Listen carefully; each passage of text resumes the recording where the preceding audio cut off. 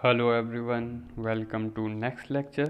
तो हमने अब तक देखा था कि किस तरह से भारत के अंदर सोशल रिफॉर्म्स होंगे, कैसे इनिशियल पीरियड में ब्रिटिशर्स जो हैं वो सोशल रिफॉर्म करने से कतराएंगे, क्योंकि इनको डर रहेगा कि कहीं रिवोल्ट ना हो जाए इसकी वजह से, या फिर लोग रेजिस्ट ना करें।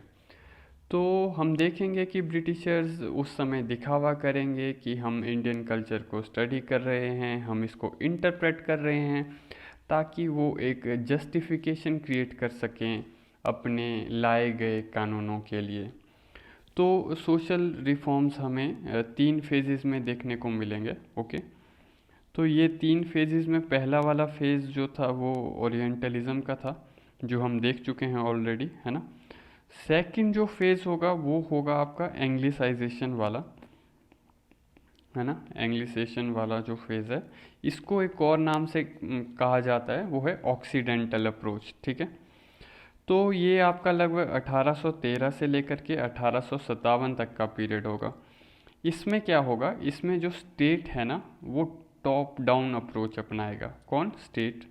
स्टेट जो है वो टॉप डाउन अप्रोच अपनाएगा। टॉप डाउन अप्रोच क्या होता है, यानी कि ऊपर से नियम बनाए जाएंगे, ऊपर से रेगुलेशंस लाई जाएंगी स्टेट द्वारा किसी भी चेंज को लाने के लिए। तो अंग्रेज़ों का ये था कि ये लोग अब ऐसे सिंबल्स आइडेंटिफाई करेंगे भारतीय कल्चर के अंदर, जिसके थ्रू ये दिखाने की कोशिश करेंगे कि आपके कल्चर में पॉजिटिव चीज़ें हैं ही नहीं, आपके कल्चर में बहुत सारी नेगेटिव चीज़ें भरी पड़ी हैं। अब हम आपको बदलेंगे, हम आपको अच्छा बनाएंगे। तो इनका ऑब्वियसली मेन ऑब्जेक्टिव क्या था? इनका मेन ऑब्जेक्टिव था सोसाइटी को बदलना और भारतीय कल्चर को बदलना, और इस सब को करने के प्रोसेस में अपने आप को अच्छे व्यक्ति की तरह दिखाना कि हम तो आपका भला करने आए हैं, आपकी सोसाइटी के अंदर की इन नेगेटिविटीज़ को हम दूर करने आए हैं। तो क्योंकि इस समय तक जो है वो ब्रिटेन के अंदर इंडस्ट्रियलाइजेशन हो चुकी थी, तो अब इंडस्ट्रियलाइजेशन के बाद नए विचार आना शुरू हो गए थे, नया वर्ग उभर के आ रहा था जो ये कहता था कि हमें भारत का कॉन्क्वेस्ट करना चाहिए, हमें उनका कल्चरल कॉन्क्वेस्ट भी करना चाहिए। इसके लिए हमें उन्हें एंग्लिसाइज करना पड़ेगा, हमें उन्हें एजुकेट भी करना पड़ेगा। तो हम देखेंगे कि अलग अलग तरह के लॉज लाए जाएंगे स्टेट के द्वारा, है ना। जैसे कि प्रोहिबिशन ऑफ इन्फेंटिसाइड हो गया। ओके, प्रोहिबिशन ऑफ इन्फेंटिसाइड लाया जाएगा 1802 में, है ना। सती एबोल्यूशन का जो एक्ट है वो 1829 में आएगा, सती को बंद करने वाला एक्ट। और स्लेवरी को अबॉलिश किया जाएगा 1843 में। और इस दौरान एक 1840 में एक रिपोर्ट आती है, लेक्स लॉ की रिपोर्ट नाम की। लेक्स लॉ की रिपोर्ट ये आएगी आपकी 1840 में, और इस रिपोर्ट के बेसिस पर एक 1850s में एक एक्ट पास किया जाएगा। ये एक्ट था religious disabilities act, religious disabilities act of 1850। Okay, तो ये जो एक्ट है ये आपका डलहौजी के समय पर आता है। ठीक है, कब आएगा ये डलहौजी के समय पर आएगा। तो इसमें क्या था कि जो मिशनरीज थे वो ऑब्वियसली भारत में लोगों को कन्वर्ट करने की कोशिश किया करते थे। तो सपोज़ फॉर एग्ज़ाम्पल एक व्यक्ति है मिस्टर एक्स, उसको अब जो है मिशनरीज कन्वर्ट कर लेंगे। ठीक है, तो फिर वो लड़का जाएगा अपने घर और घर में बोलेगा पापा पापा मैं तो अब क्रिश्चियन बन गया हूँ। तो ऑब्वियसली घर वाले खुश नहीं होंगे। अच्छा, पापा बोलेंगे तो ठीक है, मैं तुझे अब अपनी प्रॉपर्टी से दखल अंदाज कर देता हूँ।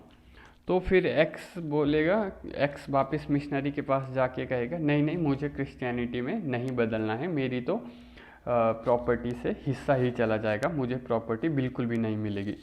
फिर मिशनरीज जो है वो डलहौजी के पास जाएंगे, बोलेंगे सर सर ऐसा इशू आ रहा है, तो कुछ लॉ लाओ। फिर लाया जाएगा इनके द्वारा रिलीजियस डिसएबिलिटीज़ एक्ट। इस एक्ट में कहा जाएगा कि कोई व्यक्ति अगर अपना धर्म परिवर्तन किया है किसी व्यक्ति ने, तो उस धर्म परिवर्तन की वजह से उसको उसकी जायदाद से दखल अंदाज नहीं किया जा सकता। ठीक है, तो ऑब्वियसली अब मिस्टर एक्स अब दोबारा से पापा के पास जाएगा, पापा मैं क्रिश्चियन बन गया। पापा बोलेगा मैं तुझे निकाल रहा हूँ प्रॉपर्टी से। ठीक है, तो वो बोलेगा मिस्टर एक्स के पापा पापा मैं अब पुलिस में कंप्लेंट कर दूंगा, आप मुझे ऐसा नहीं कर सकते हो मेरे साथ। तो एक तरह से रिलीजियस कन्वर्जन करने का ही एक ये इनका तरीका था जो इन्होंने ये एक्ट लाया। ठीक है, तो अब पापा बोलेगा है ना, लड़का भी गया और प्रॉपर्टी भी गई। तो इस तरह से ब्रिटिशर्स द्वारा भारत के अंदर हम देखेंगे कि फैमिली ऑर्गेनाइजेशंस को भी तोड़ा जाएगा। तो ये भी एक कारण है जो कि 1857 के रिवोल्ट के अंदर हमें दिखेगा लोगों का गुस्सा। तो ब्रिटिश जानते थे कि भारतीय सोसाइटी बहुत ही कोहेसिव सोसाइटी है, और एक कोहेसिव सोसाइटी जब तक होती है तब तक उसको रूल कर पाना मुश्किल होता है। तो इस वजह से वो कोशिश करेंगे इंडियन सोसाइटी को लेस कोहेसिव बनाने की, कम कोहेसिव बनाने की। एक्चुअली भारत में ये है कि हमारा जो सोशल इंस्टीट्यूशंस है ना हमारे भारत के अंदर, वो काफ़ी ज़्यादा स्ट्रॉन्ग हैं। और यही एक कारण है कि हम इतने वर्षों से सरवाइव कर पा रहे हैं, इतने वर्षों से हम फॉरेन इन्वेजन्स को लगातार सरवाइव करते आ रहे हैं। भारतीय सभ्यता जो है, हम आज भी हम देखेंगे कि हम 2-3 साल पुराने जो है रिचुअल्स फॉलो करते हैं अपने घर में, बहुत सारे है ना, कई हज़ारों साल पुराने रिचुअल्स भी फॉलो किए जाते हैं अभी भी। तो इस सब का रीज़न एक ये भी है कि हमारे जो सोशल इंस्टीट्यूशंस है वो बहुत ही ज़्यादा स्ट्रॉन्ग है। तो इस वजह से हम देखेंगे इस पीरियड में बहुत सारे एक्ट्स और रेगुलेशंस वगैरह लाई जाएंगी ब्रिटिशर्स के द्वारा। यहाँ पर टॉप डाउन अप्रोच देखने को मिलेगी हमें स्टेट द्वारा, जो कि अपनाई जाएगी। तो ये सब चीज़ें जो है इनके द्वारा की जाएंगी इस पीरियड में, ये बैकफायर कर जाएंगी इनके ऊपर। और फिर हमें देखने को मिलेगा 1857 का revolt, the revolt of 1857।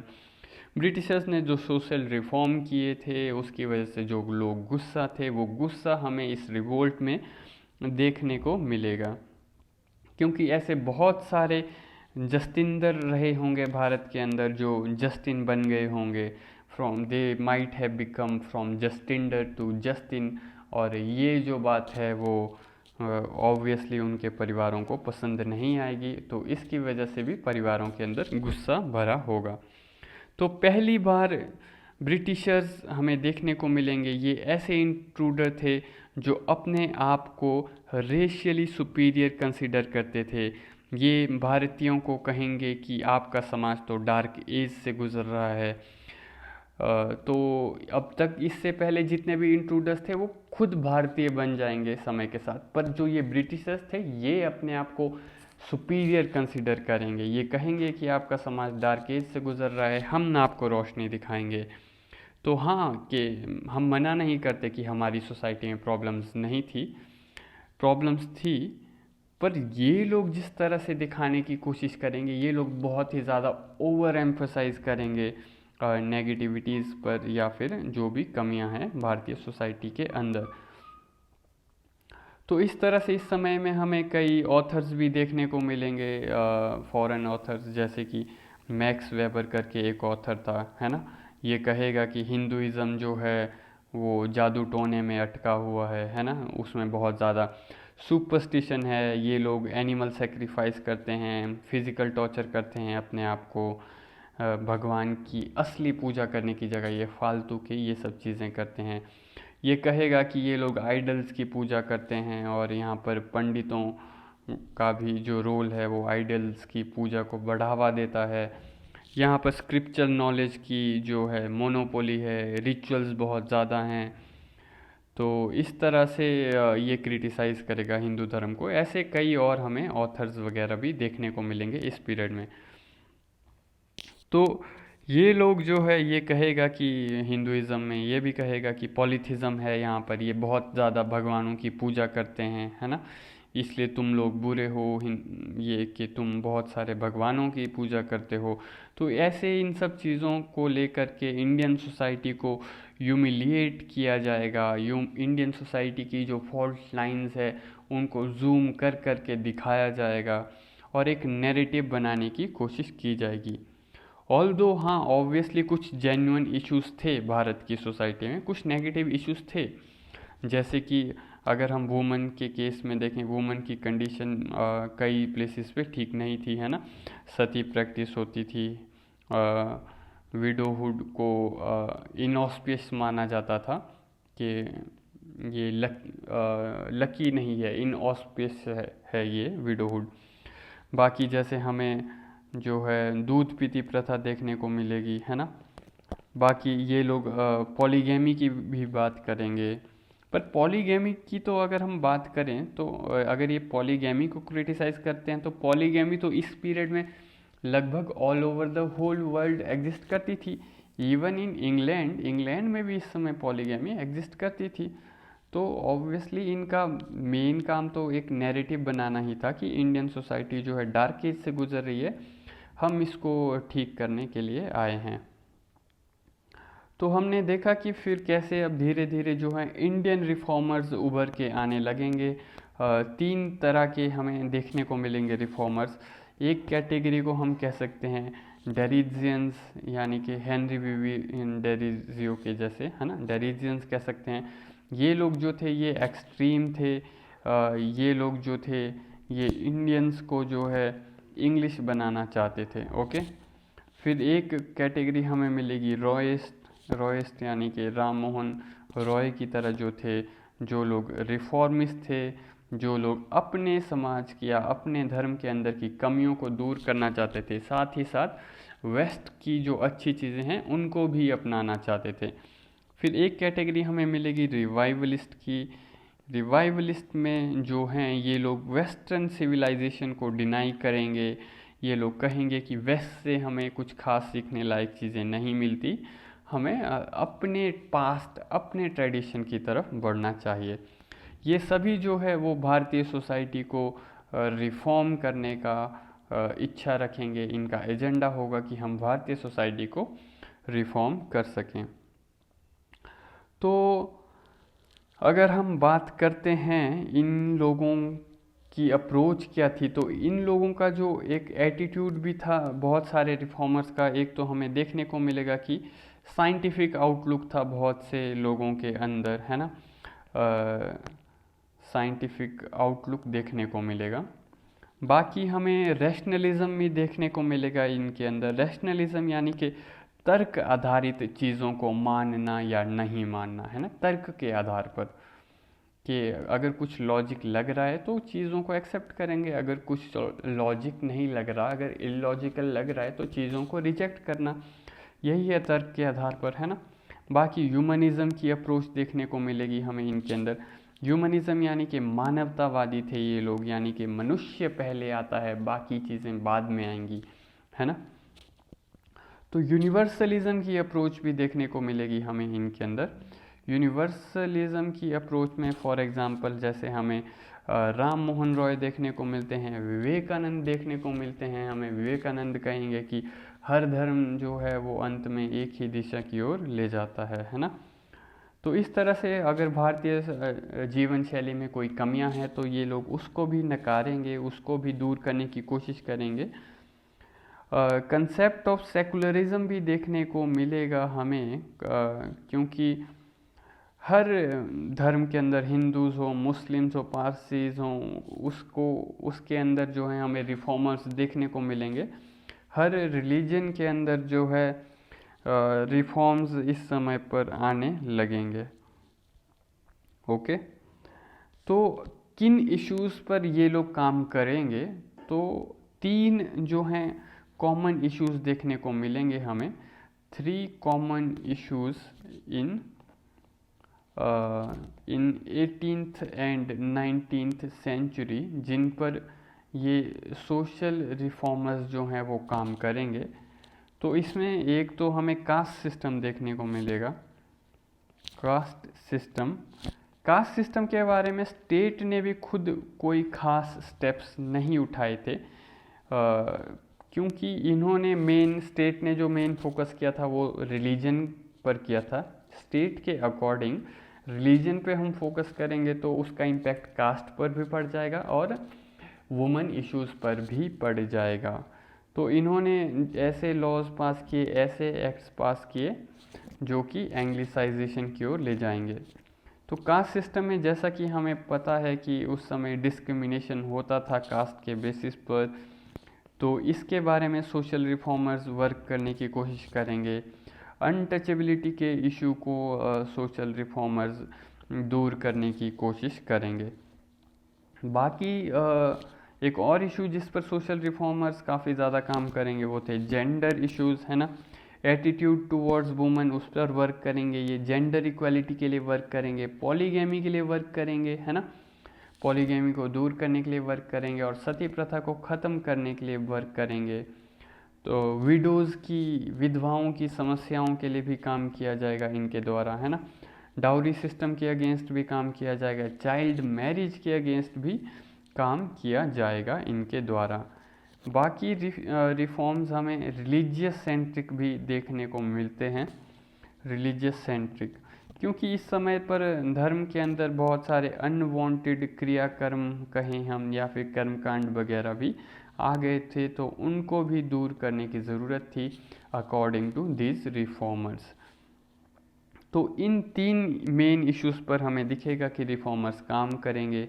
In 3 issues में से ब्रिटिशर्स तो सिर्फ वही इश्यूज़ पिक करते हैं या वही इश्यूज़ चुनते हैं जो उनके लिए काफ़ी ज़्यादा बेनिफिशियल थे, जिनसे ये लगेगा कि देखो ब्रिटिशर्स कितने ज़्यादा यूनिवर्सल अप्रोच वाले हैं।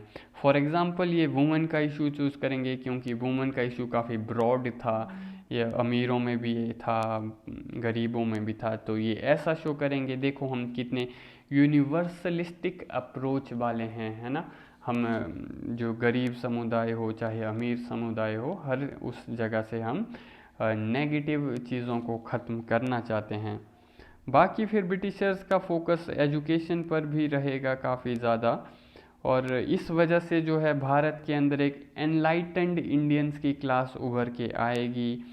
ये एनलाइटेंड इंडियन की जो क्लास होगी, जो ब्रिटिश एजुकेशन की वजह से उभर कर आएगी, तो एनलाइटेंड इंडियंस, तो इन एनलाइटन इंडियंस का जो काम होगा, जो ये अब करेंगे फ्यूचर में, ये लोग जो है they will carry the message of British. Okay, ये ब्रिटिशर्स का जो मैसेज है वो आगे समाज में फैलाएंगे, और ये लोग साथ ही साथ हॉरिजॉन्टल रिफॉर्म्स भी करेंगे भारतीय समाज के अंदर। हॉरिजॉन्टल रिफॉर्म्स यानी कि जब भारतीय लोग खुद अपने समाज में रिफॉर्म्स करेंगे, जबकि टॉप डाउन जो रिफॉर्म्स होते हैं वो यानी कि ये जब स्टेट ऊपर से रेगुलेशंस बना रहा है, लॉज बना रहा है रिफॉर्म्स लाने के लिए। तो बल्कि अगर हम कास्ट सिस्टम की स्पेसिफिकली बात करें तो कागज़ के ऊपर ब्रिटिशर्स ने ही पहली बार ऑफिशियली लाया है कास्ट सिस्टम को। एक तरह से हम देखें, इन्होंने पेपर के ऊपर भी एक कास्ट हायरार्की क्रिएट कर ली। इन्होंने जो शब्द का इस्तेमाल किया कास्टाज, ये कास्टाज शब्द जो है ये पुर्तगीज़ द्वारा यूज़ किया गया था भारत के अंदर के सोशल डिविजन्स को दिखाने के लिए। पुर्तगीज़ मिशनरीज जो साउथ इंडिया में घूमा करते थे, उन्होंने कुछ जो डाटा कलेक्ट किया था वो डाटा उन्होंने अंग्रेज़ों को दिया, और वहीं से फिर अंग्रेज़ों ने बिना प्रॉपरली सिस्टम को जाने जो है लिख दिया पूरा ये सब जो भी था कास्ट सिस्टम के बारे में। तो भारतीय समाज को बदलने के लिए कुछ कुछ जो ओरिएंटलिस्ट थे वो फॉरेन से भी आए थे।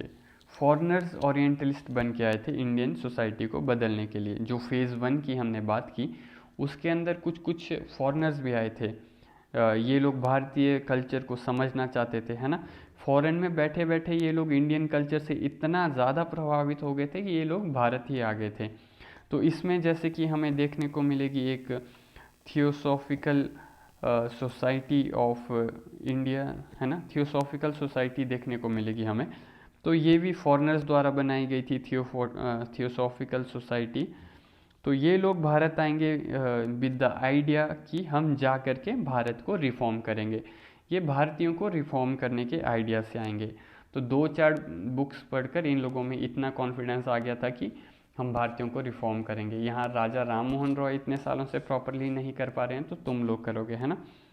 तो इसको थियोसॉफिकल सोसाइटी को अमेरिका के अंदर पहले इन्होंने एस्टेब्लिश किया था, बाद में भारत भी आए थे। तो इसको एस्टेब्लिश करने वाली एक मैडम ब्लवत्स्की थी और एक कॉलोनल एलगॉट मिलेंगे हमें। तो मैडम ब्लवत्स्की जो थी ये हाफ रशियन हाफ अमेरिकन थी, और कॉलोनल एलगॉट जो था ये कम्प्लीटली अमेरिकन था। तो इस तरह से ये लोग इतने प्रभावित हुए थे भारतीय कल्चर से कि ये भारत ही आ गए थे।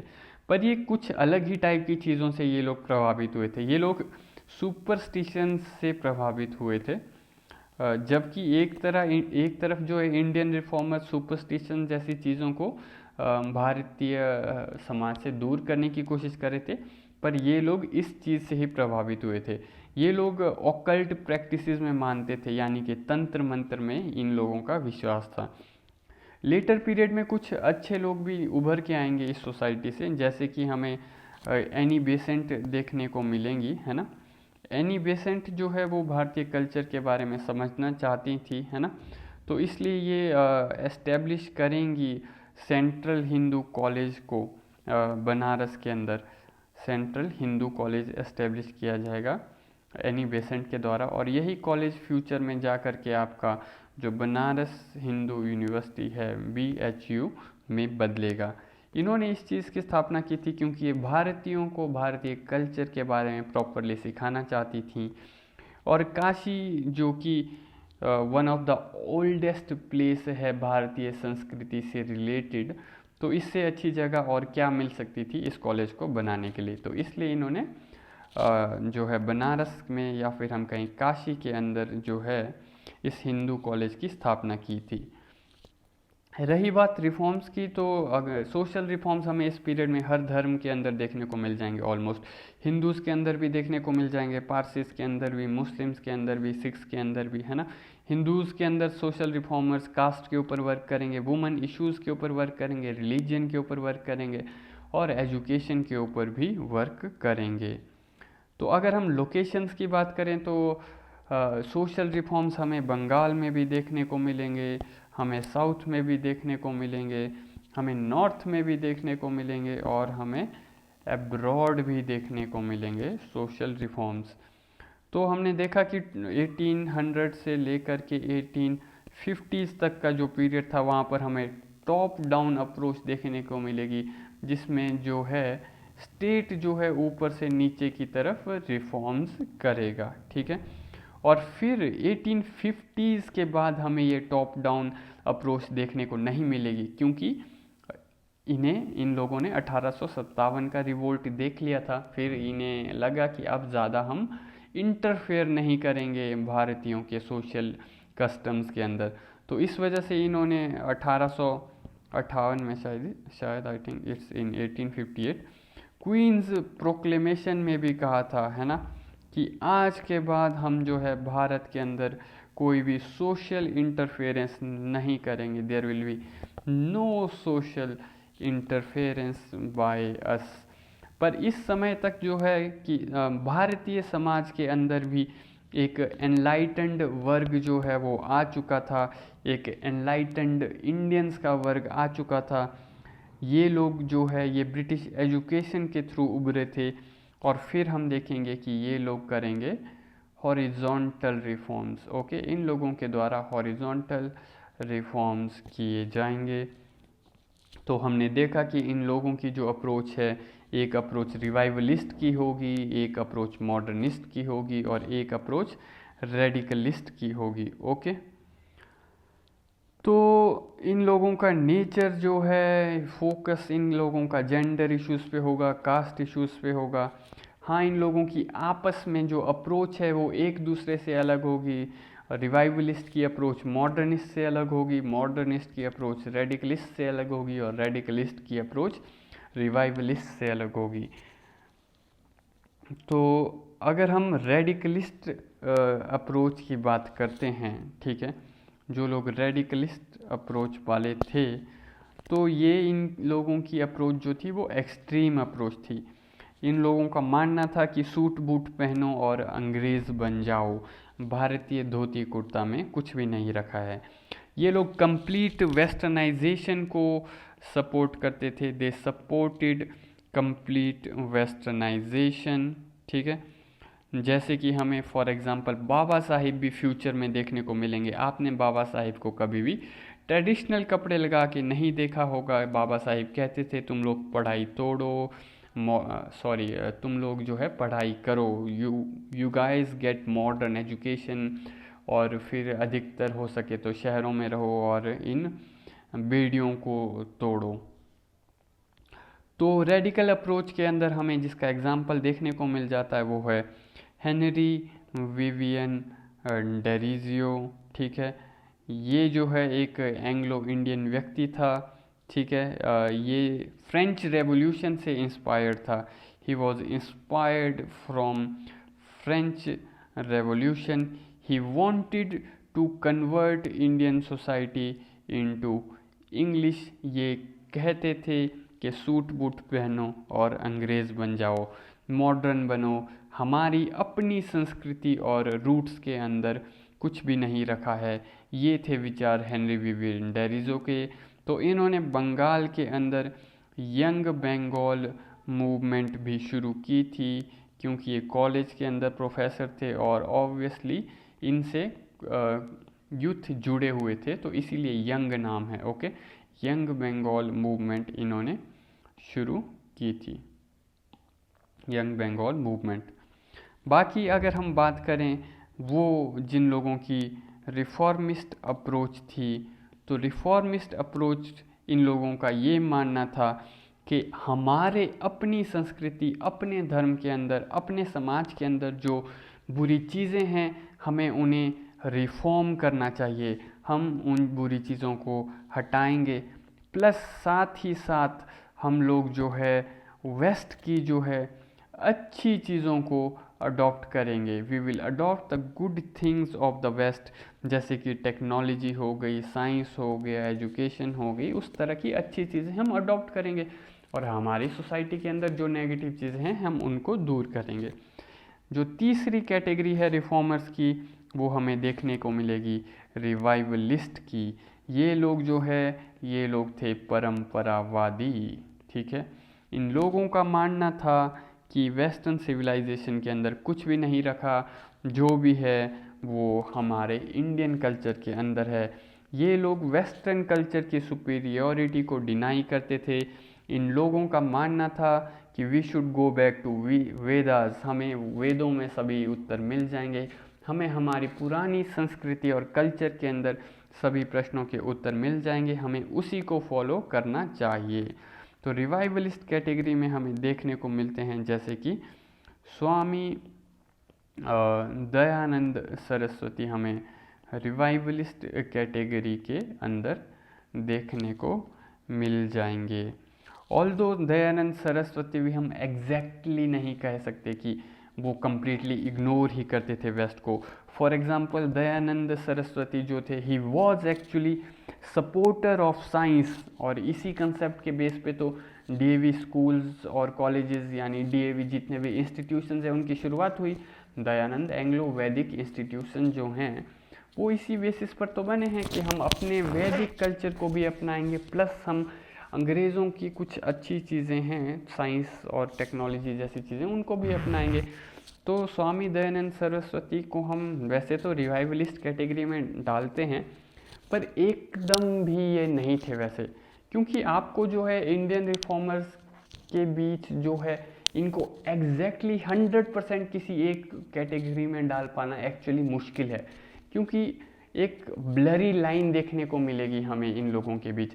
हो सकता है कोई ये मानता हो कि 70% इंडियन कल्चर और 30% वेस्ट, कोई ये कहेगा 50% इंडियन कल्चर और 50% वेस्ट, कोई ये कहेगा कि 30% इंडियन कल्चर और 70% वेस्टर्न कल्चर। तो इस वजह से तो थिन लाइन ही हमें बहुत ही देखने को मिलेगी, बहुत ही ब्लरी बाउंड्रीज होंगी। हम एग्जैक्टली किसी को प्रॉपरली नहीं डाल सकते कि ये बंदा इस कैटेगरी में है, ये बंदा इस कैटेगरी में है ना। तो जैसा कि हमने देखा कि इंडियन रिफॉर्मर्स आएंगे 3 कैटेगरीज में, रिफॉर्मिस्ट, रिवाइवलिस्ट और जो हैं रेडिकलिस्ट। तो ये रिफॉर्मर्स भी हैं जो हैं वो सरकार के ऊपर प्रेशर भी बनाएंगे कि आप इस पर्टिकुलर इस टॉपिक पर जो है लॉ बनाओ, है ना, along with the horizontal reforms. कुछ रिफॉर्मर्स जो है वो अपने हॉरिजॉन्टल रिफॉर्म्स तो करेंगे ही, साथ वो सरकार के ऊपर भी कई केसेस में प्रेशर बनाएंगे। तो जैसा कि मैंने कहा कि हिंदू, मुस्लिम, पारसी, सिख सोसाइटी सभी में आपको रिफॉर्म्स देखने को मिलेंगे, है ना।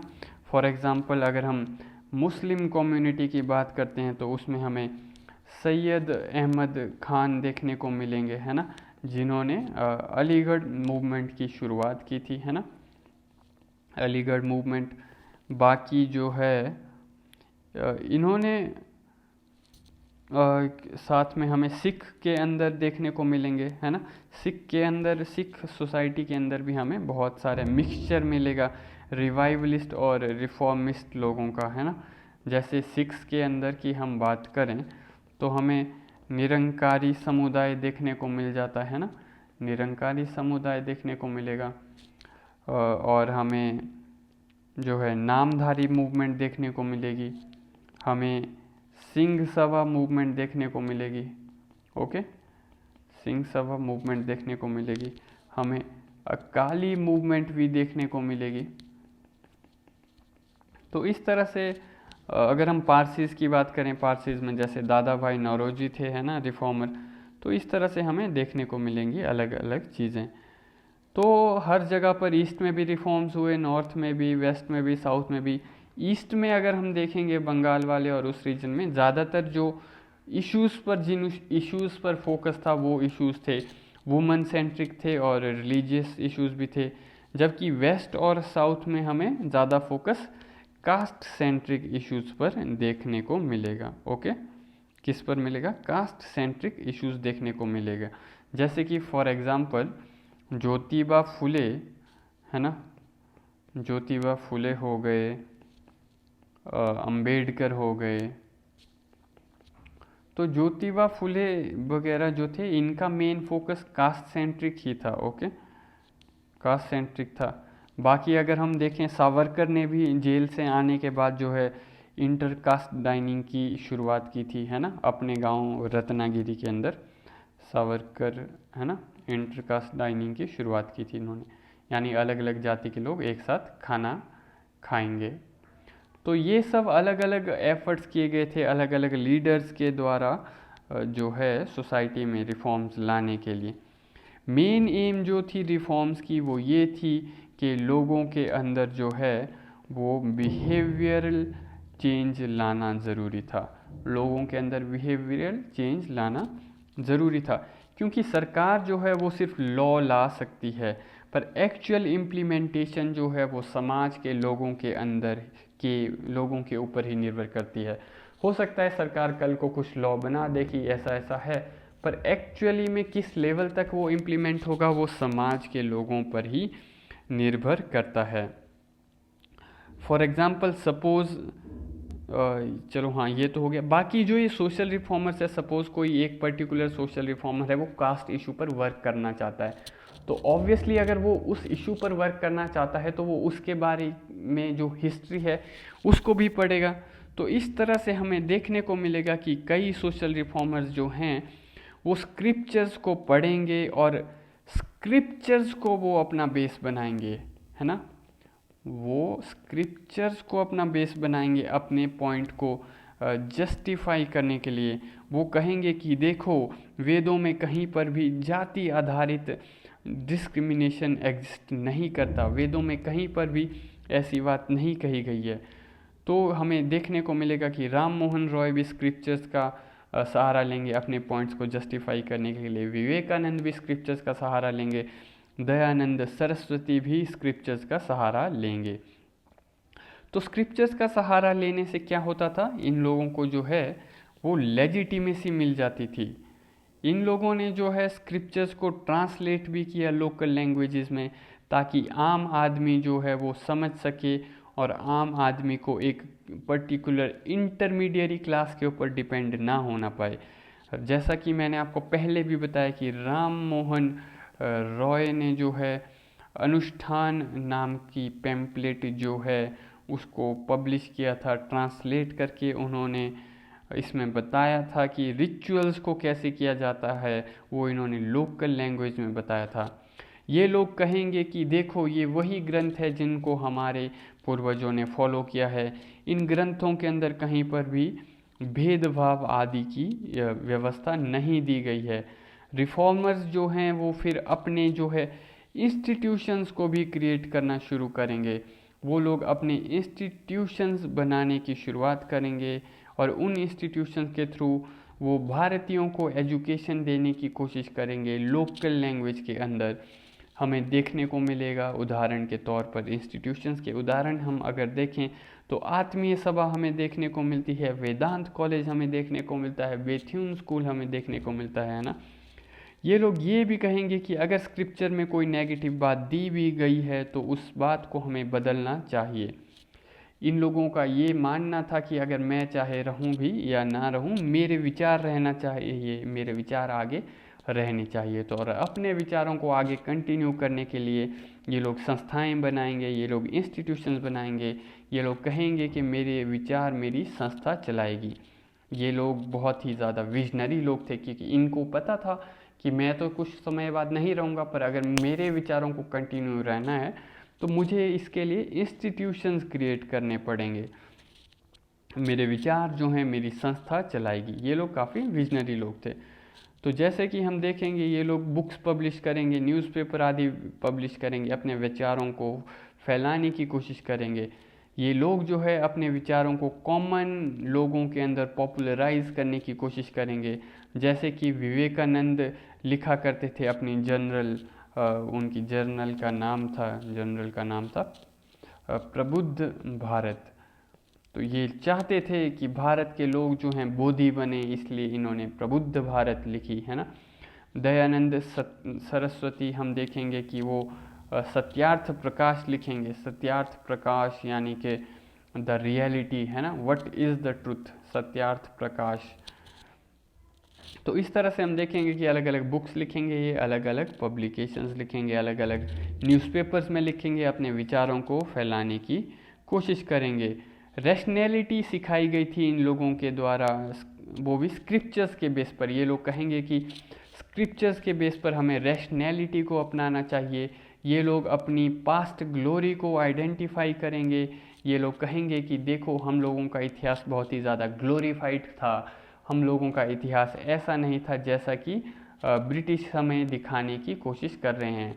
ये लोग अपने इतिहास को जो है वो उसको भी लोकल लैंग्वेजेस में लोगों तक पहुंचाने की कोशिश करेंगे, है ना। अलग अलग मूवमेंट चलाई जाएंगी इनके द्वारा, जैसे कि फॉर एग्जांपल प्लेज मूवमेंट हमें देखने को मिलती है। प्लेज मूवमेंट चलाई जाएगी एमजी रानाडे के द्वारा। एमजी रानाडे जो कि हाई कोर्ट में जज थे मुंबई के अंदर, एमजी रानाडे। ये इकोनॉमिक के प्रोफेसर भी थे फर्गुसन कॉलेज के अंदर। ये प्लेज मूवमेंट चलाएंगे बाल विवाह के अगेंस्ट। तो इस तरह से इन्हें पता था कि लोगों के अंदर हमें समाज में अगर चेंज लाना है तो एटीट्यूड चेंज लाना ज़रूरी है। और एटीट्यूड चेंज जो है वो 3 तरीक़ों से लाया जाता है। एक तो कॉग्निशन के थ्रू, यानी कि ज्ञान की बातें बता करके। एक बिहेवियर के थ्रू, यानी कि पहले खुद उस बिहेवियर को अडॉप्ट करना पड़ता है। बिहेवियर यानी कि this has to be done through demonstration, आपको करके दिखाना पड़ेगा। You would have to demonstrate, तभी लोगों के व्यवहार के अंदर चेंज आएगा। या फिर एक और तरीका होता है थ्रू अफेक्शन, यानी कि प्यार के द्वारा लोगों में बदलाव लाना या फिर एटीट्यूड चेंज लाना। तो कॉग्निशन की हम बात करें तो राम मोहन रॉय जो हैं वो इसी स्टेज पर अटक कर रह गए थे। तो वो राम मोहन रॉय जो है वो डेमोन्स्ट्रेट नहीं कर पाए। तो इस वजह से वो उनकी जो इम्पैक्ट है वो लिमिटेड रहेगा, ठीक है। शुरुआती दौर में इनका इम्पैक्ट लिमिटेड रहेगा क्योंकि ये कॉग्निशन तक ही सीमित रह गए। ये बस इनकी जो बातें हैं वो सिर्फ बहुत ही एक इंटेलेक्चुअल लेवल के लोगों तक ही पहुंचेंगी, आम आदमियों तक उतनी ज़्यादा इनकी बातें नहीं पहुंच पाएंगी। बाकी अगर हम बिहेवियर के थ्रू चेंज लाने की कोशिश करें तो जैसे कि हमें गांधी का उदाहरण मिल जाता है। Gandhi used to demonstrate by doing himself. Gandhi खुद डेमोन्स्ट्रेट करके ही चीज़ों को या फिर हम कहें डेमोन्स्ट्रेट करके ही वो सोसाइटी में बदलाव लाने की कोशिश करते थे। फॉर एग्ज़ाम्पल वो हरिजन कहते थे शेड्यूल कास्ट के लोगों को, है ना। वो कहते थे कि ये भगवान के लोग हैं, they are God's people, they are Harijan. फिर वो हरिजन के घर में जा कर के खाना खाते थे, ठीक है। तो इस तरह से हमने गांधी जी का डेमोन्स्ट्रेशन इफेक्ट देखने को मिलेगा। हमें देखने को मिलेगा कि गांधी जी के आने के बाद भारत के अंदर जो मूवमेंट्स है उसमें वुमेन पार्टिसिपेशन भी बढ़ेगी, क्योंकि ऑलरेडी पास्ट में जो है सोशल रिफॉर्मर्स ने वुमेन इशू पर वर्क किया था, तो उस वजह से वुमेन्स की कंडीशन अब इम्प्रूव हो चुकी थी काफ़ी हद तक।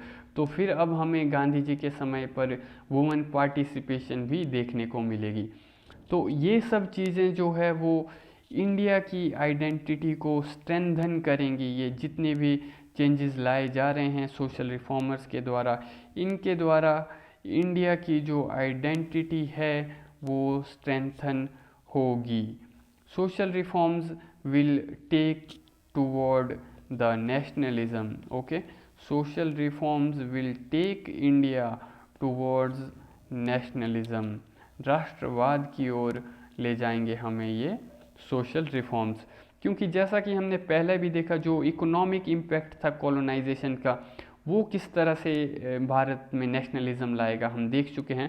तो उसी तरह से ये सोशल रिफॉर्म्स भी भारत के अंदर नेशनलिज्म लाने में काफ़ी इम्पोर्टेंट भूमिका प्ले करेंगे। तो क्योंकि जब ऑब्वियस सी बात है धर्म आधारित जाति आधारित इश्यूज कमज़ोर होंगे तो ऑब्वियसली लोग जो है नेशनलिज्म की ओर आगे बढ़ेंगे। वो कहेंगे कि हम क्यों आपस में लड़ें, हमारे दुश्मन तो ब्रिटिश हैं, let's forget our differences and fight the British. Ram Mohan Roy अपने जीवन के ऑलमोस्ट 35 साल जो है वो सोशल रिफॉर्म्स में लगाएंगे। अदरवाइज़ उनका मानना था कि भारत आगे कैसे बढ़ेगा जब तक भारतीय समाज में ये कमियां रहेंगी। तो राम मोहन रॉय अपने अलग तरीके से कोशिश करेंगे, है ना। तो आपको प्री में क्वेश्चन किस तरह से आते हैं इस टॉपिक से, सोशल रिफॉर्म्स टॉपिक से, तो आपको प्रीलिम्स एग्ज़ाम में इंस्टीट्यूशंस के ऊपर क्वेश्चंस आते हैं, है ना। कि कौन से इंस्टीट्यूशंस किस लीडर्स द्वारा ओपन किए गए थे, स्टार्ट किए गए थे। आपको लीडर्स के ऊपर क्वेश्चन आते हैं कि उनकी अप्रोच क्या थी, है ना। इन्होंने किस लॉ को लाने में मदद की और इन्होंने क्या सोशल रिफॉर्म लाए, किस किस इशू पर ये बात करते थे, इनकी पब्लिकेशंस क्या थी, है ना। तो इस तरह से इन इश्यूज़ पर या फिर हम कहें इन बातों पर नॉर्मली प्रीलिम्स में आपको क्वेश्चंस आते हैं इस टॉपिक से। ऑल्सो हम ये काफ़ी ज़्यादा रोल देखेंगे इस पीरियड में फीमेल रिफॉर्मर्स का भी, है ना। फॉर एग्ज़ाम्पल ताराबाई शिंदे हो गई, है ना, ताराबाई शिंदे हो गई, पंडिता रामाबाई हो गई, है ना, सावित्रीबाई फुले हो गई। तो इस तरह से हमें काफ़ी ज़्यादा देखने को मिलेगा वुमेन पार्टिसिपेशन भी इस समय पर। तो सोशल रिफॉर्म्स जो कि 19th सेंचुरी में आए, social reforms of 19th century, ठीक है, they will awaken, it will awaken the nationalism in 20th century. 19वीं शताब्दी का जो सोशल रिफॉर्म्स हैं वो 20वीं शताब्दी में नेशनलिज्म को जगाने में मदद करेंगे, ठीक है। तो सोशल रिफॉर्म्स 19वीं शताब्दी में हम देखेंगे लगभग 1820s के पीरियड के अराउंड शुरू हो चुके थे। तो बाकी इनका रोल रहेगा काफ़ी ज़्यादा 20th सेंचुरी के पीरियड में जो है नेशनलिज्म को जगाने में, क्योंकि भारत का जो सोशल बेस था, इंडियन नेशनल मूवमेंट का जो सोशल बेस था, वो अब जागेगा सोशल रिफॉर्म्स की वजह से, क्योंकि अब सोसाइटी जो है एनलाइटेंड हो चुकेगी सोशल रिफॉर्म्स के बाद। तो इस वजह से हमें देखने को मिलेगा कि इंडियन नेशनल मूवमेंट का जो सोशल बेस है वो बढ़ जाएगा। अदरवाइज़ अगर सोशल रिफॉर्म्स नहीं हुए होते तो इतनी अधिक संख्या में लोग नहीं आते इन मूवमेंट्स के अंदर, नेशनल मूवमेंट्स के अंदर पार्टिसिपेट करने के लिए। आप देखिए, होता ये है कि जिस समाज के अंदर बदलाव नहीं आता, जहाँ पर सोशल रिफॉर्म्स नहीं होते, तो वो जो देश है वो अनसक्सेसफुल ही रहता है। फॉर एग्ज़ाम्पल हमारा पड़ोसी पाकिस्तान को देख लो आप, वहाँ की सोसाइटी ने अपने अंदर रिफॉर्म्स नहीं लाए, तो इस वजह से आप आज के डेट में उस देश की हालत देख लो, है ना। वहाँ पर अभी भी मुस्लिम कम्युनिटी के अंदर शिया सुन्नी का पॉलिटिक्स चलती है ना, और भी कई अलग अलग फैक्शनलिज्म देखने को मिलेंगे हमें वहाँ पर। तो ये सब जो है वहाँ के जो पाकिस्तान के रिलीजियस स्कॉलर्स हैं उनके द्वारा क्रिएट किया जा रहा है ना। तो इस तरह से हम देखेंगे कि सोशल रिफॉर्म्स की शुरुआत जो है बंगाल में हुई, कई बुक्स लिखी गई लोगों के द्वारा, है ना, जैसे इंडियन रेनेसां हो गया। तो कई बुक्स में ऑथर लिखेंगे कि ये जो सोशल रिफॉर्म्स थे ये इंडियन रेनेसां थे, है ना। कई बुक्स में ऑथर इन सोशल रिफॉर्म्स को कंपेयर करेंगे, they will write about it that it was Indian renaissance, okay. पर कुछ ऑथर इसी चीज़ को लिखेंगे that it was the Bengal renaissance, क्योंकि इसकी शुरुआत बंगाल से ही हुई थी। बाकी गोपाल कृष्ण गोखले भी बंगाल के बारे में कहते हैं कि what Bengal does today India follows tomorrow, what Bengal does today India follows tomorrow. Bengal आज जो करता है कल पूरा भारत उसे फॉलो करता है। तो ये इस तरह से, क्योंकि Bengal used to be golden land, okay. Ancient time से भी हर कोई हम देखेंगे कि बंगाल को कैप्चर करना चाहता था, है ना। दिल्ली सुल्तनत चाहती थी, मगध किंग्स भी बंगाल को अपने कंट्रोल में रखना चाहते थे, अशोक भी कोशिश करेगा इस चीज़ के लिए बंगाल को कंट्रोल करने की। तो Bengal used to be golden land, पर आज़ादी के बाद हम देखेंगे कि आज का बंगाल तो सोया हुआ ही है ऑलमोस्ट, क्योंकि जो विकास होना चाहिए थे बंगाल का, जिस लेवल की डेवलपमेंट होनी चाहिए थी बंगाल की, वो हो नहीं पाई। अब आज की डेट में बंगाल को एक और राजा राम मोहन रॉय की ज़रूरत है। तो खैर, अगर हम इनकी वही रिफॉर्मर्स की बात करें, मैंने आपको बता दिया है किस तरह के क्वेश्चन आएंगे यहाँ से, इंस्टीट्यूशंस के रिगार्डिंग इन्होंने क्या चेंजेस किए उसके रिगार्डिंग, और किन इश्यूज़ पर इन्होंने वर्क किया, है ना, क्या इन्होंने तरीका अपनाया, इनकी पब्लिकेशंस क्या थी, इस टाइप के क्वेश्चंस आएंगे। अब हम इसके बाद पर्टिकुलर रिफॉर्मर्स पर फोकस करने की कोशिश करेंगे। तो अब बहुत ही ज़्यादा फैक्चुअल पोर्शन आएगा, तो हो सकता है कुछ फैक्ट्स मैं सिंपली बोलूँ, राइट डाउन ना करूँ, और या फिर थोड़ी स्पीड में बोलूँ, पर फैक्ट्स को आपका मेन काम, ये फैक्ट्स आपको बुक्स में भी मिल ही जाएंगे ऑब्वियसली। तो यहाँ पर तो आप जितना आप मल्टीपल रिवीजन कर सको उतना बेटर है आपके लिए, क्योंकि तभी आप इस फैक्चुअल इन्फॉर्मेशन को आसानी से याद रख पाओगे, ओके। तो हम बात करते हैं, हम शुरुआत करेंगे हेनरी विवियन डेरिजियो से, ठीक है। तो अगर हम हेनरी विवियन डेरिजियो की बात करते हैं, ठीक है, हेनरी विवियन डेरिजियो, तो ये जैसा कि हमने बताया एंग्लो इंडियन था। इसके पापा जो हैं, इनके पिताजी ब्रिटिशर्स थे और माँ इंडियन थी।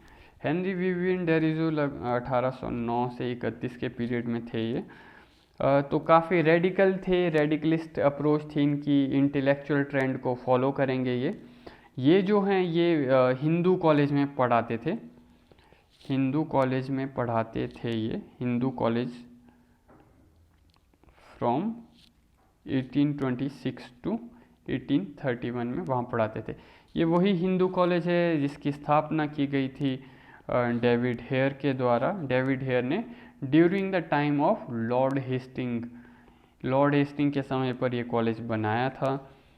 तो डेरिजियो जो है, हेनरी विवियन डेरिजियो, ये लोगों को इंस्पायर करेगा कि तुम फ्रीली सोचो, तुम रैशनली सोचो, तुम जो है अथॉरिटी को, रिलीजियस अथॉरिटीज़ को क्वेश्चन करो। ये जो है फ्रेंच रेवोल्यूशन इस समय तक हो चुकी थी 1820s तक, तो ये जो है फ्रेंच रेवोल्यूशन से काफ़ी ज़्यादा इंस्पायर्ड था। ये कंप्लीट वेस्टर्नाइजेशन में विश्वास रखता था। ये भारतीय सोसाइटी को वेस्टर्नाइज करना चाहता था। ये कहता था कि सूट बूट पहनो और अंग्रेज़ बनो, क्योंकि धोती और पजामा में कुछ भी नहीं रखा है। ये ट्रेडिशंस को अपोज करेगा। पर खैर, अगर हम इसके इम्पैक्ट की बात करें तो he failed to have a long term impact. He failed to have a long term impact. बाकी जो है ये पब्लिक एजिटेशंस जो है वो में क्रिएट करते थे। ये पब्लिक एजिटेशंस अगेंस्ट कई सारे प्रश्नों को उठाते थे, जैसे कि फ्रीडम ऑफ प्रेस के प्रश्न को इन्होंने उठाया, जुडिशियल ट्रायल्स के ऊपर इन्होंने प्रश्न उठाए, पीजेंट्स के राइट्स के लिए इन्होंने, पीजेंट्स के प्रोटेक्शन के लिए क्वेश्चंस उठाए, Indianisation of Indian civil services, इस इशू पर भी इन्होंने प्रश्न उठाए। और ये काफ़ी ज़्यादा फीमेल एजुकेशन को भी सपोर्ट करते थे। बाकी इन्होंने, जैसा कि हमने पहले भी देखा, यंग बंगाल मूवमेंट शुरू की थी। यंग बंगाल मूवमेंट, क्योंकि ऑब्वियसली ये प्रोफेसर थे तो बहुत सारे यंग लोग जुड़े हुए थे इनसे, तो इसलिए यंग बंगाल मूवमेंट की इन्होंने शुरुआत की थी। बाकी हम देखेंगे कि बीमार होने की वजह से काफ़ी छोटी उम्र में ही इनकी मृत्यु हो जाती है। तो अब इसके बाद हम बात करते हैं अब राजा राम मोहन रॉय की। राजा राम मोहन रॉय, तो ये जो हैं ये रिफॉर्मिस्ट थे, यानी कि भारतीय समाज की कमियों को दूर करो प्लस इंग्लिश समाज की अच्छी चीज़ों को अडॉप्ट करना चाहिए, यही है रिफॉर्मिस्ट अप्रोच। तो राजा राम मोहन रॉय को हम रिफॉर्मिस्ट कैटेगरी में डालते हैं। तो इनका जन्म 1772 में हुआ था, राधानगर नाम की एक जगह में। और इनकी अप्रोच जो थी सोशल रिफॉर्म्स के प्रति वो ये थी कि एक तो इन्होंने अलग अलग इंस्टीट्यूशंस एस्टेब्लिश किए, न्यूज़पेपर पब्लिश किए, इन्होंने जर्नल्स लिखे और डिबेट एंड डिस्कशन किया इन्होंने काफ़ी ज़्यादा सोशल व्यूज़ पर और रिलीजियस व्यूज़ पर। तो ये एक अपर मिडिल क्लास फैमिली से बिलोंग करते थे, एक ज़मींदार फैमिली से बिलोंग करते थे, यानी अपर मिडिल क्लास थी इनकी फैमिली। और इनकी फैमिली ने इनको वाराणसी भेजा वेद और उपनिषद वगैरह के बारे में पढ़ाई करने के लिए। फिर बाद में ये फ्यूचर में बंगाल में जो है क्रिश्चियन मिशनरीज़ के टच में भी आएंगे। और 1795 में जो है ये एक मिशनरी के टच में आएंगे जिसका नाम था विलियम कैरी। विलियम कैरी के बारे में पहले भी मैं आपको बता चुका हूँ। ये जो है एक मिशनरी था जो कि श्रीरामपुर में होता था। श्रीरामपुर जिसको फेडरिक नगर भी कहा जाता था, है ना, फेडरिक नगर भी कहा जाता था। ये जो है डेन्स की जगह थी बंगाल के अंदर। तो विलियम कैरी से राजा राम मोहन मिले थ्रू एक तांत्रिक के थ्रू। इन दोनों के बीच एक कॉमन लिंक था एक तांत्रिक का, जिनका नाम था विद्या वगीश। ठीक है, विद्या वगीश था तांत्रिक का नाम। तो इसके थ्रू मिले ये विलियम कैरी से। एक्चुअली विलियम कैरी जो है वो भारतीय कस्टम्स के बारे में जानना चाहता था, सीखना चाहता था। वो इंडियन स्क्रिप्चरल नॉलेज के बारे में जानना चाहता था, वो संस्कृत सीखना चाहता था। और वहीं दूसरी ओर राम मोहन रॉय जो है इंग्लिश सीखना चाहते थे, ये अच्छी नौकरी पाना चाहते थे इंग्लिश सीख करके। तो इस तरह से एक दूसरे की मदद करेंगे। राम मोहन रॉय इनको संस्कृत सिखाएंगे और विलियम कैरी इनको जो है इंग्लिश सिखाएगा। राम मोहन रॉय इनको संस्कृत सिखाएंगे और वेदास और इंडियन ट्रेडिशंस वगैरह के बारे में सिखाएंगे। तो एक तरह से म्यूचुअली ये एक दूसरे की मदद करेंगे, म्यूचुअली एक दूसरे की ज़रूरतों को ये लोग पूरा करेंगे। तो फिर बाद में राम मोहन रॉय जो हैं हम देखेंगे कि ईस्ट इंडिया कंपनी को ज्वाइन भी करेंगे। He will join as a diwani official. He will join East India company as a diwani official. तो फिर एज अ क्लर्क भी काम करेंगे ईस्ट इंडिया कंपनी में। तो फिर उस वजह से इनका काफ़ी घूमना भी होता था बंगाल के एरियाज़ में। दीवानी ऑफिशियल बनने के बाद रेवेन्यू कलेक्ट करने जब जाते थे तो फिर ये काफ़ी लोगों से इंटरेक्ट करेंगे, सूफी नॉलेज को गेन करेंगे, हिंदुज़म की नॉलेज तो ऑलरेडी थी ही, क्रिश्चियन लीडर से भी बात करेंगे, उनके थ्रू भी बहुत सी चीज़ों या फिर जानने की कोशिश करेंगे बहुत सी चीज़ें। तो इस तरह से ये घूमते फिरते सोसाइटी की प्रॉब्लम्स को समझेंगे और ज़्यादा से ज़्यादा ये फिर और ज़्यादा मिशनरीज़ के टच में भी आएंगे। तो उस वजह से इनकी जो विचारधारा है वो कुछ ऐसी बन गई थी कि अगर हम ज़्यादा से ज़्यादा वेस्टर्न आइडियल्स को भारतीय सोसाइटी में इम्प्लीमेंट करें तो उतना ही अच्छा होगा भारतीय समाज के लिए, ऐसी इनकी सोच हो गई थी, क्योंकि काफ़ी ज़्यादा मिशनरीज़ वगैरह के भी टच में आ गए थे। तो इनकी सोच ये हो गई थी कि हम जितने हो सके अधिक वेस्टर्न आइडियल्स को भारतीय सोसाइटी के अंदर अपनाएं ताकि भारतीय समाज का भला हो। तो इनका जो इमीडिएट इम्पैक्ट था वो तो लिमिटेड ही था, पर इनका लॉन्ग टर्म इम्पैक्ट में हमें देखने को मिलता है कि 1820s के बाद जाकर के सती को एबोलिश करने के लिए कानून लाया जाएगा, उस चीज़ में ये सक्सेसफुल होंगे। तो राजा राम मोहन को रॉय को जो है फादर ऑफ इंडियन रेनेसां भी कहा जाता है। बाकी इन्होंने एक बुक लिखी थी महानिर्वाण तंत्र, है ना, महानिर्वाण तंत्र बुक लिखी थी इन्होंने। इसका इंग्लिश टाइटल अगर कहें तो हम वो है book of the great liberation, ठीक है, book of the great liberation, ये बुक लिखी थी इन्होंने 1797 में। क्योंकि कलकत्ता में जो है मिशनरीज़ के साथ इन्होंने एक मिल के कमेटी भी बनाई थी जिसका नाम था कलकत्ता यूनिटरीज कमेटी। कलकत्ता में मिशनरीज़ के साथ मिलके इन्होंने एक कमेटी भी बनाई थी, कलकत्ता यूनिटरीज कमेटी। ये इन्होंने क्रिश्चियन मिशनरीज़ के साथ वर्क करते हुए बनाई थी। बाकी ये यूनिटेरियन आइडिया को प्रमोट करेंगे काफ़ी ज़्यादा। और एक और इन्होंने बुक लिखी थी उसका नाम था तोहफत उल मुआइदीन।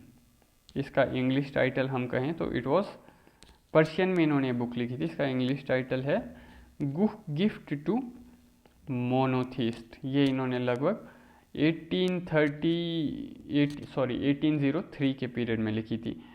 तो ये one of the earliest book थी इनकी, वन ऑफ द अर्लीस्ट, ठीक है। तो इस बुक में जो है ये कहेंगे कि पॉलीथिज्म जो है भारतीय सोसाइटी के लिए सही नहीं है। पॉलीथिज्म यानी कि बहुईश्वरवाद, भारतीय सोसाइटी में जो बहुत ज़्यादा ईश्वरों की वर्शिप की जाती है, बहुत ईश्वरों की पूजा की जाती है, ये कहेंगे कि वो सही नहीं है भारतीय समाज के लिए। साथ ही साथ ये मोनोथिज्म के अंदर के इश्यूज़ को भी बताएंगे अपनी इस बुक में कि मोनोथिज्म के अंदर क्या प्रॉब्लम है, प्लस ये बताएंगे पॉलीथिज्म के अंदर क्या प्रॉब्लम है। तो इनके आइडियाज़ जो है यूनिवर्सलिस्ट थे इनके आइडियाज़। ऑलमोस्ट हर धर्म की खामियों के बारे में लिखेंगे, हिंदुज़म की खामियों के बारे में, क्रिश्चियनिटी की खामियों के बारे में, इस्लाम आदि की खामियों के बारे में राजा राम मोहन रॉय जो हैं वो लिखेंगे।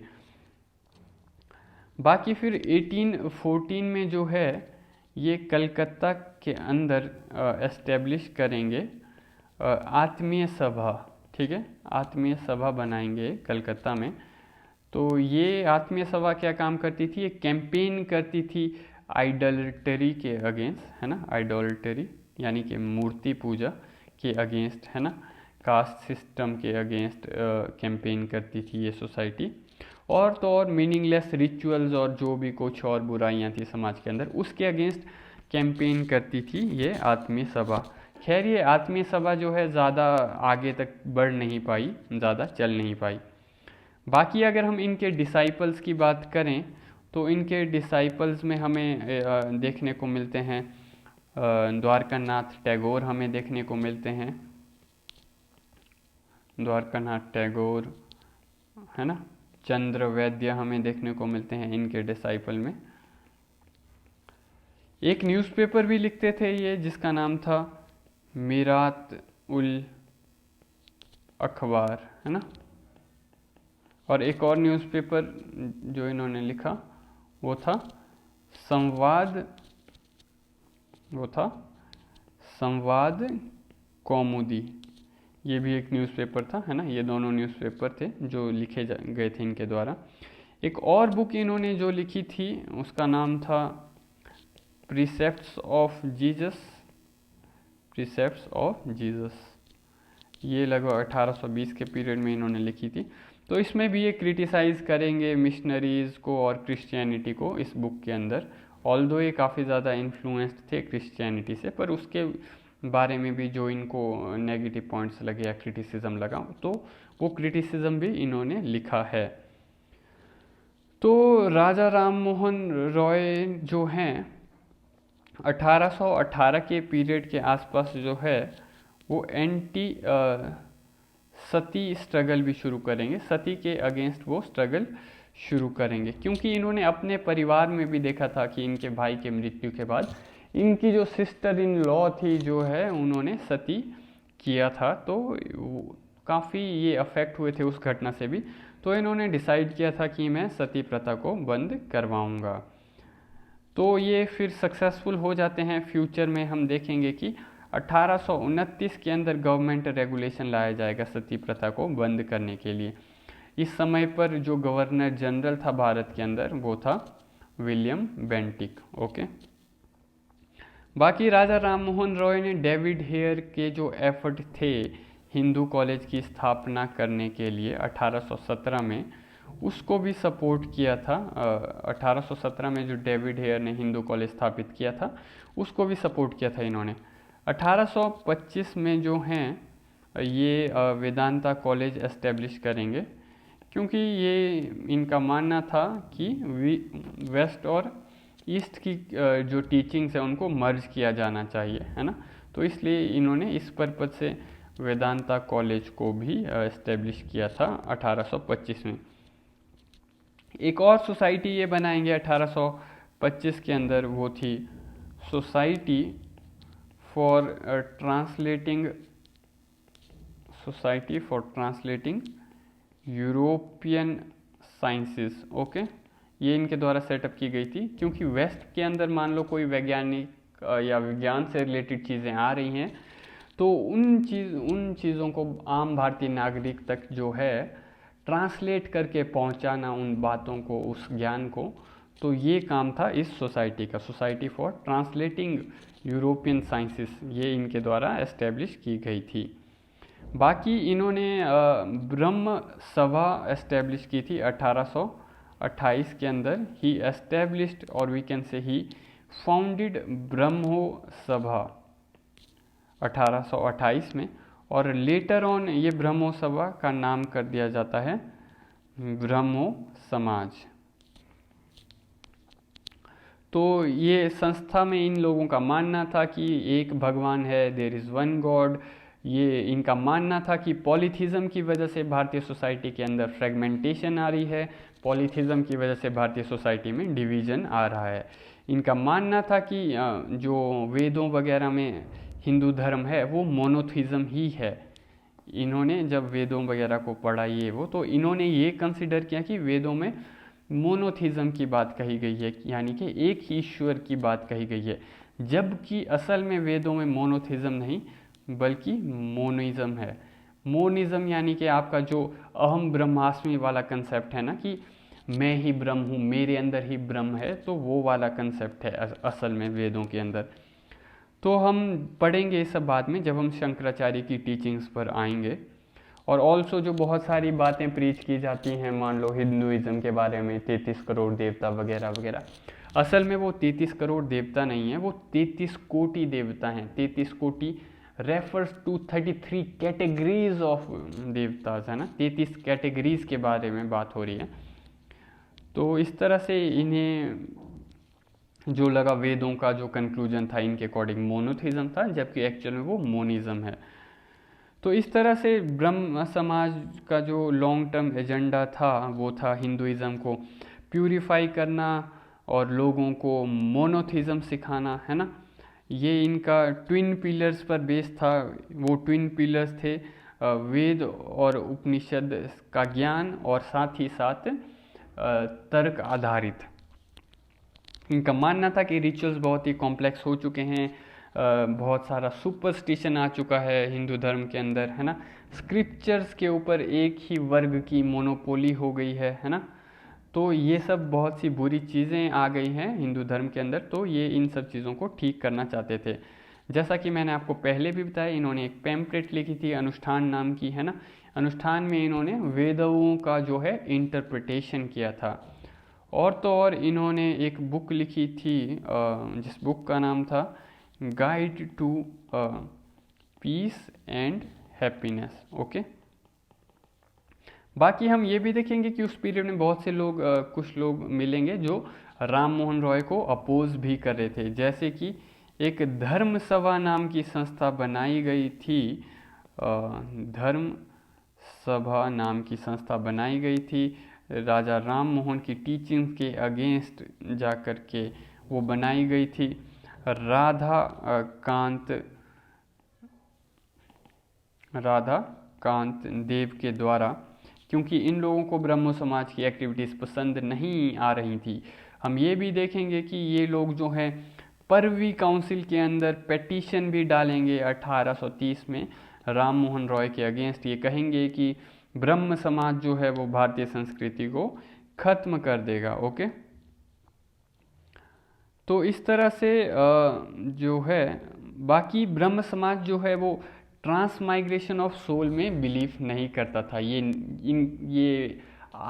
इनका मानना नहीं था कि आत्मा अमर है, तो ट्रांसमाइग्रेशन ऑफ सोल जो है उसमें ये लोग विश्वास नहीं करते थे। बाकी हम राजा राम मोहन रॉय की बात करें तो ये इंटरनेशनलिस्ट थे एक तरह से, अपने समय से आगे था इनका विजन, समय से आगे की सोच थी इनकी। इन लोगों ने राम मोहन रॉय ने जो है बंगाल के अंदर जो ज़मींदारों द्वारा ऑप्रेसिव प्रैक्टिसेस चल रही थी और जो इतना ज़्यादा रेंट मांगा जा रहा था ज़मींदारों के द्वारा, उसको भी कंडेम किया था राम मोहन रॉय ने। ये अनटचेबिलिटी के अगेंस्ट भी थे इन्होंने, बल्कि इंपोर्ट एक्सपोर्ट का जो इशू था भारत का उसके बारे में भी बात की। इन्होंने फ्रेंच रेवोल्यूशन के बारे में भी लिखा। इनका मानना था कि फ्रेंच रेवोल्यूशन के आइडियाज़ जो हैं वो भारत के अंदर भी आने चाहिए। तो इस तरह से हम देखेंगे इन्होंने बहुत ही डाइवर्स टॉपिक्स के ऊपर बात की। इन्होंने वेदों और उपनिषद को ट्रांसलेट किया। ये काफ़ी बड़े लिंग्विस्ट थे। He was a great linguist यानी कि वो व्यक्ति जिसको भाषाओं का अच्छा ज्ञान होता है ना। तो इनके समय पर जो मुग़ल बादशाह था अकबर II, वो इनको लंदन भेजेगा कि भाई जाओ और जाके मेरी पेंशन बढ़ाने के लिए बात करके आओ, है ना। अपनी पेंशन बढ़वाने के लिए इनको लंदन भेजेगा।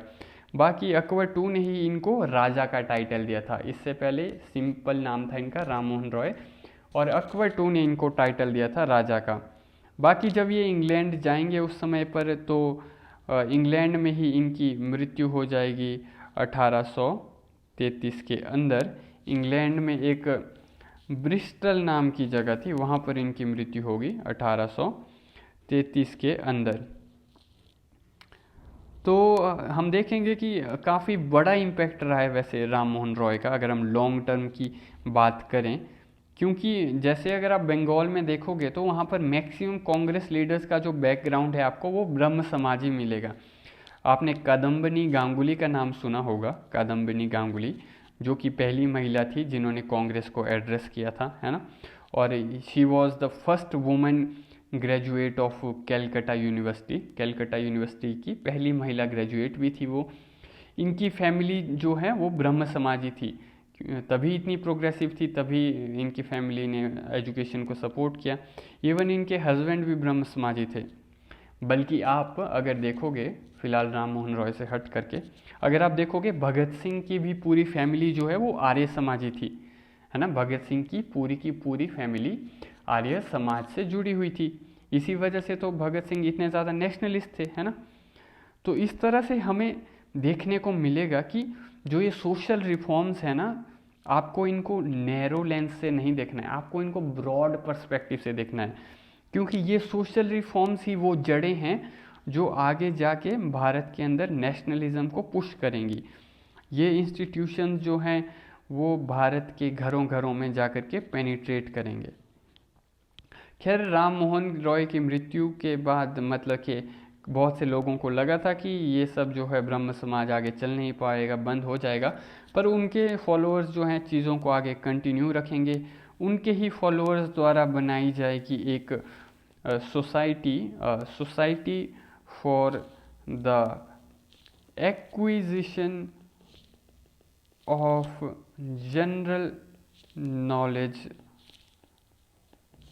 इन 1838। ये बनाई जाएगी राम मोहन रॉय के फॉलोअर्स के द्वारा ही। ओके, तो ओवरऑल कंट्रीब्यूशन हम देखें अगर राम मोहन रॉय का, इन्होंने पॉलीथिज्म को डिनाउंस किया, इन्होंने आइडल वर्शिप को डिनाउंस किया, इन्होंने बाकी ये लोग जो अवतार का सिस्टम है स्क्रिप्चर्स में, जो अवतारों का सिस्टम है ना, उसको भी डिस्कार्ड किया था। ये लोग नहीं मानते थे उसको कि भाई अवतार नहीं होते हैं। बाकी इन लोगों ने कर्म के सिद्धांत के ऊपर कोई भी डेफिनेट स्टैंड नहीं लिया, कोई भी क्लियर स्टैंड नहीं लिया उस चीज़ के ऊपर। बाकी कास्ट सिस्टम को भी क्रिटिसाइज़ किया इन्होंने, और महिलाओं के समाज के अंदर उत्थान के लिए भी इन्होंने काम किया। राम मोहन रॉय के आइडियाज़ जो है आप देखोगे वो बंगाल की इंटेलेक्चुअल क्लास जो है उसके अंदर जाएंगे, है ना। हालांकि कॉमन मैन तक उतने ज़्यादा नहीं पहुंचेंगे, पर बंगाल की जो इंटेलेक्चुअल क्लास है उस तक पेनिट्रेट करेंगे इनके आइडियाज़। तो इन्होंने एक तरह से इंटेलेक्चुअल रेवोल्यूशन की शुरुआत की थी भारत के अंदर। ऑल्दो चाहे लिमिटेड लोगों तक ही पहुंचेंगे इनके विचार, पर जो ये लिमिटेड लोगों तक भी पहुंचेंगे इसका इम्पैक्ट हमें फ्यूचर में आगे काफ़ी ज़्यादा देखने को मिलेगा। तो राम मोहन रॉय के जो एक शिष्य थे देवेंद्र नाथ टैगोर, तो ये फिर राम मोहन रॉय के बाद कंटिन्यू करेंगे ब्रह्म समाज को 1830s से 50s के पीरियड में। जो है 1830s से 50s के पीरियड में देवेंद्र नाथ टैगोर कंटिन्यू करेंगे ब्रह्म समाज को। देवेंद्र नाथ टैगोर फिर पहले जो है देवेंद्र नाथ टैगोर एक ऑर्गेनाइजेशन भी चलाते थे, तत्वबोधिनी सभा नाम था उसका, तत्वबोधिनी सभा। बाद में ये जो ऑर्गेनाइजेशन है ये मर्ज हो गई थी इसके अंदर, ब्रह्म समाज के अंदर। तो ये मैगजीन भी लिखा करते थे, तत्वबोधिनी पत्रिका, है ना, मंथली बंगाली मैगजीन थी ये। बाकी फिर देवेंद्र नाथ टैगोर को ज्वाइन करेंगे फ्यूचर में केशव चंद्र सेन, इनको ज्वाइन करेंगे।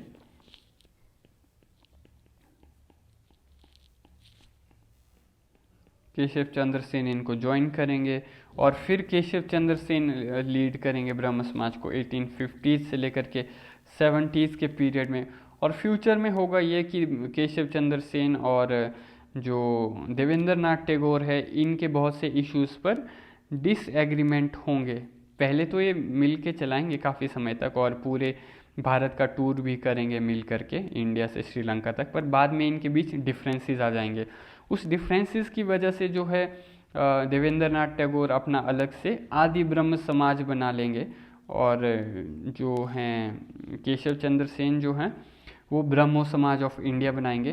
खैर देवेंद्र नाथ टैगोर वाला आदि ब्रह्म समाज जो है उतना ज़्यादा कंटिन्यू नहीं चलेगा, फ्यूचर में चलेगा नहीं, सिर्फ ब्रह्मो समाज ऑफ इंडिया ही आगे प्रॉपरली वर्क करेगा। और ब्रह्मो समाज ऑफ इंडिया भी कंटिन्यू करेगा, पर फ्यूचर में एक चीज़ हमें देखने को मिलेगी कि जिस चीज़ के अगेंस्ट केशव चंद्र सेन सिखाते थे वो चीज़ ये खुद ही करेंगे। ये चाइल्ड मैरिज के अगेंस्ट बातें करते थे, पर बाद में ये अपनी ही बेटी का जो है चाइल्ड मैरिज करवा देंगे। तो इस वजह से इनके फॉलोअर्स भी कहेंगे कि अब आप अपने सिद्धांतों पर नहीं चल रहे हो, तो इनके फॉलोअर्स जो हैं अलग से बना देंगे एक ऑर्गेनाइजेशन जिसका नाम था साधारण ब्रह्म सभा। ओके, फिर उसके बाद केशव चंद्र सेन अपनी एक पहले की जो ऑर्गेनाइजेशन थी जिसका नाम नव विधान था, सिर्फ उसके ऊपर ही फोकस करेंगे। ओके, फिलहाल आज के लिए इतना ही। Thank you very much.